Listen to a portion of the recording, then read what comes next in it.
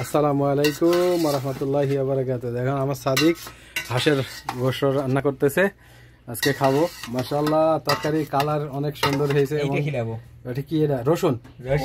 ও মাশাআল্লাহ, অনেক টেস্টফুল হয়েছে। হালিম ভাই আছে, আমরা একসাথে এখন খানা খাবো। এটা গোশত পাকানো হয়ে গেছে প্রায়, হয়তো কিছু সময় বাকি আছে।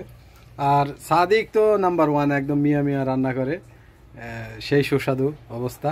ঘ্রাণ শুনে বোঝা যায়। মানে আপনি না খাইলে বুঝতে পারবেন না যে এটার মজাটা কি। এই হলো সেই গোশ।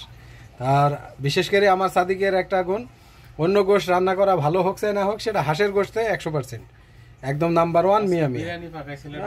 বিরিয়ানিটা সেই একটা হয়েছিল। মাশাআল্লাহ মাশাআল্লাহ মাশাআল্লাহ ভাই, আমি তো চাইছিলাম যে আর একটু থাকলে খাইতাম, কিন্তু তা তো আর আমার কপালে হলো না। তো আজকে আমরা ঈদের দিন, অর্থাৎ ঈদের দিন, এখন বাংলাদেশের ঈদের দিন। একটাই হসে না চারটি?